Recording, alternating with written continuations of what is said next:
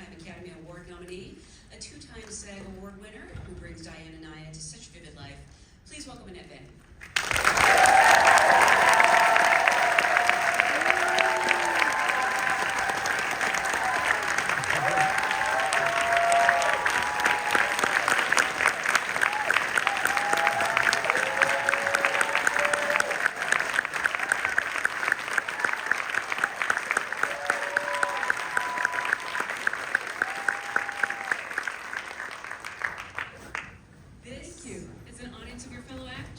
So they know good stuff when they see it. Yes, this is a SAG-AFTRA crowd. I also like to start by asking, how did you get your SAG card? I was doing theater in Denver, Colorado, at the Denver Center Theater Company. And there was, let's see, I did a television movie. Remember those? Oh, yeah. Movie of the week. With Matt Salinger, and it was called The Manhunt for Claude Dallas. And I was like the girl he met in the bar, and it was probably a 5-minute scene. And I think I'd actually gotten a tiny commercial as well, so, because you get it on your second job, right? You immediately get the Taft-Hartley, because of the Taft-Hartley bill. You can get it on the first, but I think, yeah, by some okay. you'd be kind of... Anyway, so yeah, I mean, I knew so little about working on camera that we have the scene, you know, he comes up to me in the bar, we're talking, and they shoot the scene, they shoot a master. But I didn't know that, you know, I didn't know how it worked. So they said, you know, after they shot the master, they said, okay, everybody, you know, you can go out now, you know. And I thought, wow, that was so fast. I mean, I really didn't know about a medium shot or a close-up or any of that, so that's how little I knew. And then how many more times did you have to do that scene before you realized, oh? Then I thought, oh, I see, they're moving the camera in closer now, we're doing a medium shot. And then, yeah, so then I figured it out after they called us back in. But really, and you know, I mean, I was a leading actress in a theater company. It wasn't like I wasn't a trained actor, but yeah, so then you learn, you know, once you like figure out the marks and not bumping into the furniture. It's like, it really is the same gig. Yeah, I think you could prepare all you want, but you can't prepare to show up on a set and have a giant camera in your face. Yeah, I mean, I think that those of us that do it, hopefully you love it in some way, and that the camera becomes, especially having done plays, trying to reach people in the balcony, trying to reach people in the back of the theater, trying to project and all the stuff that is required. The camera is a great luxury to tell a story, and I love it. I've fallen in love with it. It took me a long time. What I mean is that I felt like a theater actor on the movie set, whatever that means. It just, I didn't have any training, and then also there was a certain amount of sort of misinformation passed around theater school, like you're going to be too big, and you're going to be too loud, and by the way, I was kind of loud at the beginning, I think, because you know, you can speak like this on camera, and you can be very, very quiet, you can be conversational, and I was trained to, you know, make sure that everybody in the room can hear, so. Anyway, yeah, I did, there were some misconceptions that people who really had never done TV or film, I guess, kind of gave us when we were in theater school a little bit. Also that you put on 10 pounds, that was the other thing they all said.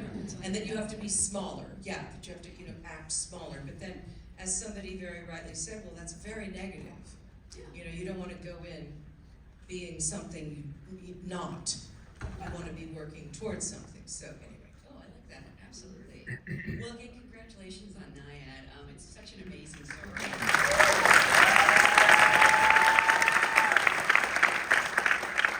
I'm curious, what did you know or think you knew about Diane and Nyad before this project came to you? I didn't know much about her, except I'm an NPR junkie. So she used to be on NPR for many years. She was a commentator, and she would opine on mostly sort of sports ethics. And she would do an essay, except you would hear her. So I remember hearing her voice, but I didn't really know much about her. I vaguely knew, I remember hearing something about the swim, but not a lot. That was 10 years ago was when she actually did the swim. So my kids were younger too, so everything's kind of a blur. But yeah, so I didn't know much about her. Well, you said she was on an NPR. All I could think was she a guest on Wait, Don't Tell Me? And I forgot that there are other shows. Yeah, no, she was like a regular commentator on the regular news, like All Things Considered, Morning Edition, the regular NPR news shows. Maybe you can play that in the sequel. It covers the Exactly. next 10 years. I'll cover her sportscasting years. The directors of this film, Chai Vassarelli and Jimmy Chin, believe it or not, this is their feature film directorial debut. They're known for their work in documentaries. And they have told me that you took a lot of time to sort of think about this project because you knew what a massive undertaking it would be. Well, I did, they sent it to me, and I didn't know them personally, but I knew their work in documentaries. They have made amazing documentaries. They won the Academy Award for Free Solo, but they also made some others that are superb. And Jimmy is a climber himself. He's an alpinist, and that's how he became a documentarian, hanging off mountains with a camera. So that's how they made Free Solo, and so I read the script, and I just loved it immediately. I was just like, I've got to do this. And then I hadn't really thought it through, which is kind of ridiculous, but I hadn't thought it through. So then I had to face what that meant, which, I have that tendency in life. I have done that many times. I've sort of jumped into something and then kind of figured it out later. Which there are certain advantages to that, and then there are certain disadvantages. But I don't regret that. So then I had to figure it out. And I was very comfortable in the water. I was a scuba diver. I worked on a boat. I grew up in San Diego. I was jumping in the ocean all the time. So that doesn't bother me. But I was never a lap swimmer or a trained swimmer. So, and I'm in pretty good shape, but I was like I'm 65 now, so it was like, okay, so I'm 60 something, I'm like, I'll just get in the pool and sort of see how that goes, like, and I thought, oh, whoa, okay, I'm really out of breath, seriously, so I hired a great coach, Rada Owen, who is an Olympian and a wonderful woman. I just saw her a couple nights ago. Oh, I heard, yeah. Yeah, we did a thing together. The Golden Goggles, it's called? It's called the Golden Goggles. Yeah, the swimmers have their awards show, just like we have our awards shows. Yeah, so she is phenomenal. And these Olympians, of course, there's a kind of confidence that they have because they've been around the block, they've dealt with the press, they've dealt with performing under enormous pressure many, many times. So, they're not easily intimidated on that level. Anyway, Rada came over, and she's just the perfect personality because she teaches kids too. So she's used to teaching beginners. And she also still loves to swim, which is an important thing because sometimes great athletes, they get burned out on their sport. But she still loves to swim. And she's, 6 foot tall, 6'1" or something, and an exquisite, beautiful swimmer. So she said, okay, swim for me. I was like, oh God. And I did. And she said, oh yeah, we can make that, we can make this work. So then we got to work, and she got in the pool with me and showed me. And then, I was really intimidated. I thought, well, can I pull this off? So it was scary in a good way. And it's good to be scared to a degree creatively, and it's important, and it's a gift. And I feel very lucky that I got to have a great challenge, because I do like a challenge, and I think a lot of us do. We want that in life. It's like, yeah, give me something that I have to really, work toward. And so I did. I worked, and swam, and she trained with me every day, and then I also went to a gym and I had a trainer, which was also part of the thing that I was doing, but the pool I fell in love with. I still swim and love to swim. Once you get into swimming, it's just so great in so many ways. And I heard you started your preparation like really, really early. Like I believe I heard like 9 months.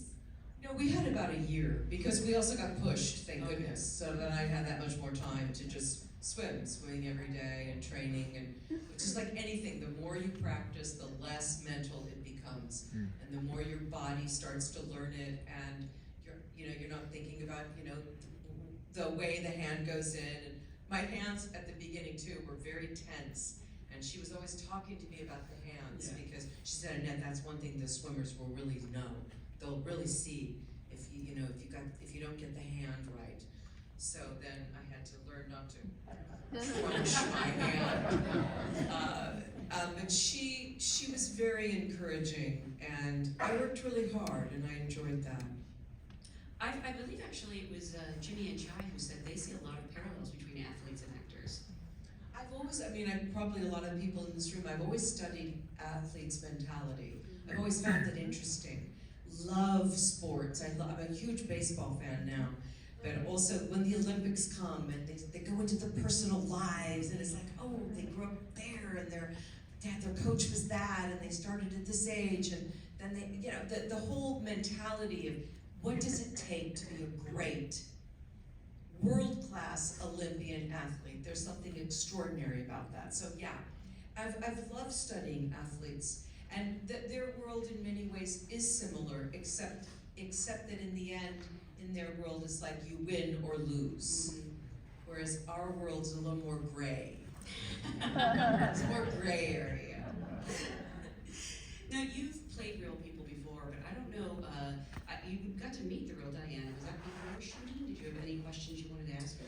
Oh, we spent a lot of time together. Oh yeah, we did. She lives here in LA. A lot of people know her. I'm always running into somebody that's saying, oh yeah, Bonnie was my trainer, like in the 80s.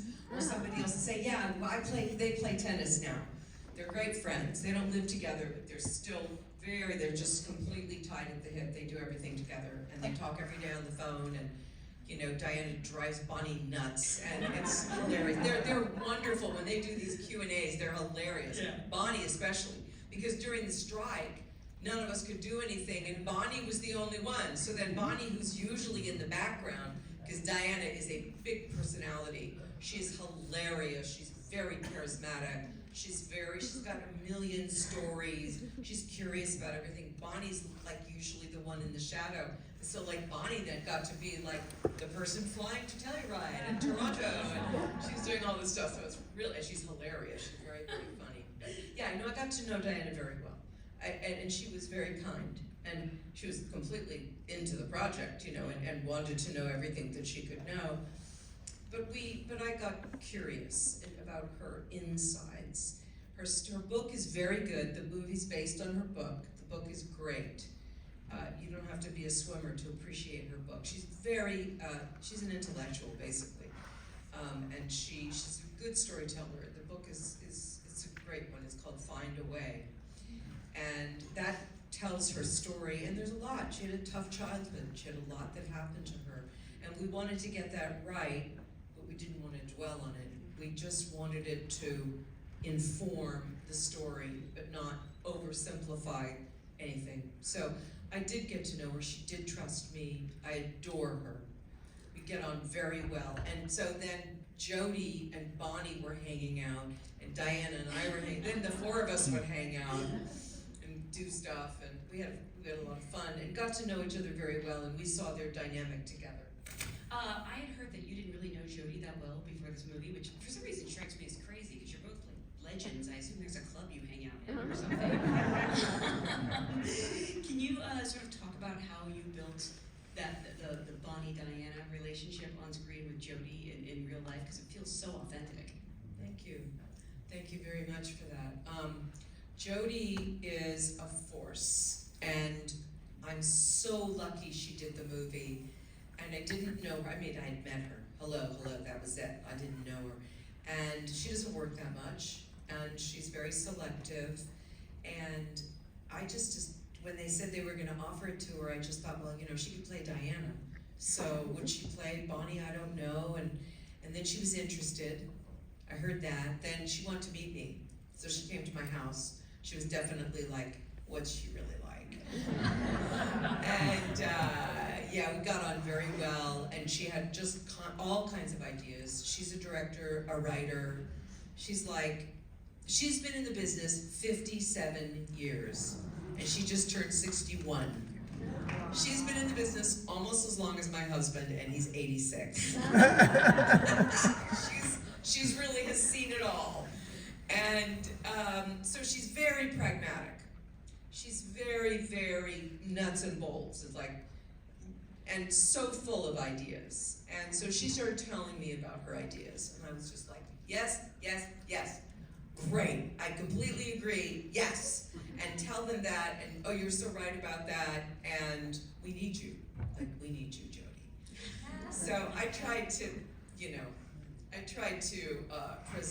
just was crazy about it, yeah, basically, and just thanked her. She and I became very good friends, and that is such an experience. You know, she was very good to me. She was very supportive. She would be like, Annette, get out of the water. Like, no, I'm fine. And we also appreciate Bonnie and Diana. She actually knew them before. She knew them socially. Yeah, she'd met them.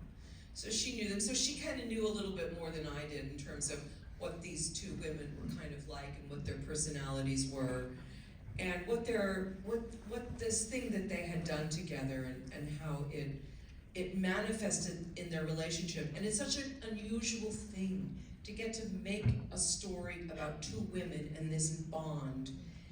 And the reason is I know that I have many close friends who are women. And it's hard to make a story about it because there has to be a conflict to make a good story. So the conflict, of course, is the swim. So the swim is what they're, you know, this whole relationship that they have swirls around. So I'm really glad that we got to do that together, you know, and that we got to dramatize a friendship between two women like that. And also showcase these two women, you know, of a certain age. Like, if you know, how often do you find a script where there's one great female part, let alone two? Yeah. And it's, you know, really does showcase a friendship. Yeah, and they're gay women. They were lovers many years ago. They dated briefly. So it's a platonic friendship between these two very interesting, very different people. I also just want to give out a shout out to Reese Fons, because I usually see him playing such wacky characters, and he's so lovely. The navigator. Yes, he's so lovely and grounded in this. Oh, he's incredible. And oh my gosh, he's got a heart of gold. And when he showed up we were shooting in the Dominican Republic, and we had gotten there first, and we were rehearsing, and when he came in, we all just kind of went, oh, I don't know, it was one of those like corny actor things where you just like do a group hug, you know, but he's like that. He is a dear man and a total team player, and he did a beautiful job playing this man who really did help Diana do it. I mean, she needed the great navigator, and they also had some good weather, so they were lucky on the last one. I mean, the performances in this movie are so great, which doesn't surprise me because it's all great actors. But when you realized you were going to be working with directors who I don't think they'd ever really directed actors before, having, you know, only done documentaries, did you feel like you were taking a risk at all? No, I mean, it's always a risk. Yes, it's always a risk with anything that you're doing. But no, they're incredibly smart and very organized and knew what they were getting into. I mean, we were sort of surprised because sometimes they said that they were intimidated. But, you know, as actors, you're used to people bossing you around, right? Let's face it. We're used to that. It's like kind of, especially as women, we expect people to say, okay, you know, try this, try that. And they saw very quickly that any time they made a suggestion, we just would try it. But also, you know, we also had many ideas. We did a lot of script work before we made the film. Can we do less here, more here? We need to, bring this bit in. We worked on the shape of it quite a bit. And also Jody had the idea of jumping in, which didn't happen in the real swim. So Bonnie didn't really jump in with Diana. And when we wanted to put that in, Diana was like, no way, like that never happened. I did the swim. Bonnie never jumped in. And we're like, well, we have to do this, Diana. You have to get, and she was very generous with us. And she was very like, the way that we fashioned the character's arc. Yeah. She was really nice about that and understood that we needed to do that, and it's not exactly what happened. There's features of it, of course, but the thing about Bonnie jumping in the water did not happen. But Jody had that idea, and the minute I saw it, I was like, that's a great idea, we gotta do that, that's brilliant. And by the way, Jody hated jumping in the water too. So to her credit, it was her idea, and she was willing to jump in. Now you know why she didn't want to play Diana. That's right. That's right. She didn't want to swim. I hadn't thought of that. No, she was the one. I was on the phone with her. We were talking about making the movie. She's like, "Yeah, Annette, you're the one that's going to be in the bathing suit in the dark in the water." And then I thought, oh, I hadn't really thought about it. It's like, oh, you're right. I do hear you spent a lot of time in the water shooting this. Was that the most challenging part? No, I mean, let's see. I don't know. I liked being in the water. It's a good element to act in. It really is. And now I love the pool and I get in the water every day. It's very good for the central nervous system. So I enjoyed that. And it was a way of kind of like also burning off that nervous energy, which I have. And my brain is very active, overactive. I have a lot of mental chatter. And exercise has always been a way that I've been able to quiet it. Whether it was running or yoga or whatever I was doing, I've always been athletic as much for my brain as for the bod. So what was it like showing Diana the movie for the first time? Were you waiting to hear her reaction? I know she's thrilled with it. The scariest thing was showing me swimming for her the first time. That's what I thought you were gonna ask me. She came to my house and I was like, okay, I gotta show her, my swim, my stroke. She was like, oh, Annette, you're doing great. She was very encouraging. We had a great time. She met my husband, and like they were both just chattering on. So no, she was very encouraging, and she had a lot of. Can you imagine someone? I mean, she was excited to have a movie made about her, obviously, and clearly now she's thrilled. But in going into it, I think it would be very hard to have a story made about your own life that shows your flaws, and she's an incredibly sensitive, intelligent, subtle woman. So again, she had to trust us that we would get to the characters. I mean, I felt a tremendous responsibility, and I was very curious and very, very, I really wanted to get that tough part of her, because she has that. I mean, who swims like that? Yeah. Just like the average person? No. Swimming 3 hours, she did not get out of the water, she did not sleep. I mean, it's crazy. Yeah. And not only that, how much training she did. I mean, if you look in the book at the end, it's all of her journals of 6 hours, 7 hours, 10 hours. Oh, she only did 4 hours that day. It's like, have you ever, I swim, that's a lot. That's just like crazy. But she was a marathon swimmer her whole 20s. So she had trained that way. There's this group of people, I didn't really know about them, but they exist, they go around the world all the time, and they swim in Lake Ontario, and they swim across the channel, and they swim these vast distances. But above 5 hours, there's fewer. Above 10, there's fewer. Above 12, then it starts to shrink down to the number of people that have been in the water for 15. I don't remember exactly what it is. I used to know, but there's just very few people that can swim 12, 15, 20 hours continuously. So I'm curious, because you've been such a great actor for so long. When you take on a new project, Are there still things you're learning about acting today? Oh, yeah, it's a craft, and that's the joy of it, is that there's always something new, all of us, and trying to find a way to simplify things. I mean, I also went to acting school, which I really needed to do. I went to community college, I was, high school, I was in drama, and then I went to community college, which had a very good little theater program. Then I went to San Francisco State, then I went to a conservatory. So I really needed all of that, but it does get in your head. And obviously when you're in a groove, you're not having to use any of the techniques or the skills that you've learned. But I needed to learn those. I just did a roundtable the other day with a number of actresses who have never had any training, and they were talking about that, in a very open, humble way. They were like, yeah, I never went to acting school. Carrie Mulligan, she's a great actress. I was like, what? You never went?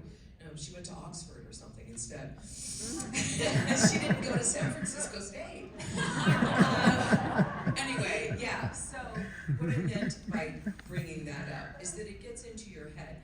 Eventually, it's not an intellectual process. Obviously, the preparation, and rehearsal, and getting ready for it is, we learn to use the conscious way to the unconscious.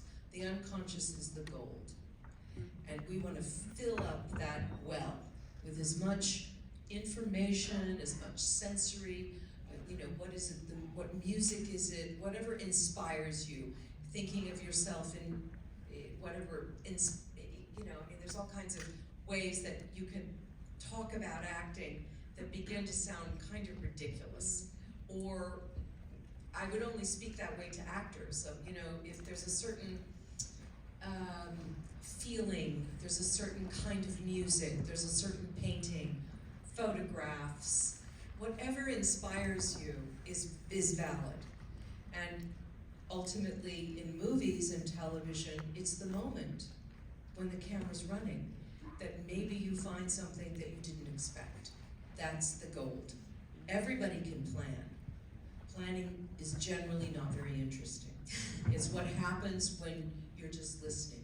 It's what happens when you have a great actor opposite you, like Jodie, who's doing something surprising that you're touched by. Listening, acting is listening, it's reacting. So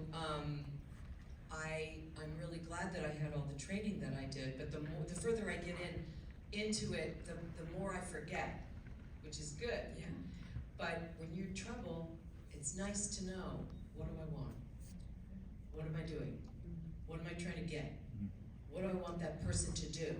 What's in my way? Those are the best. What's in my way? Obstacles.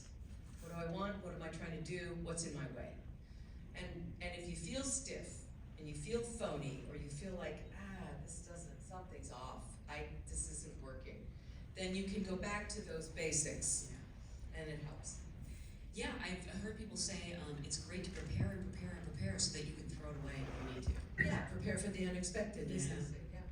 Well, again, it's another great performance and a long, long Thank you. line of them. Thank you so much for bringing this movie to all of us. And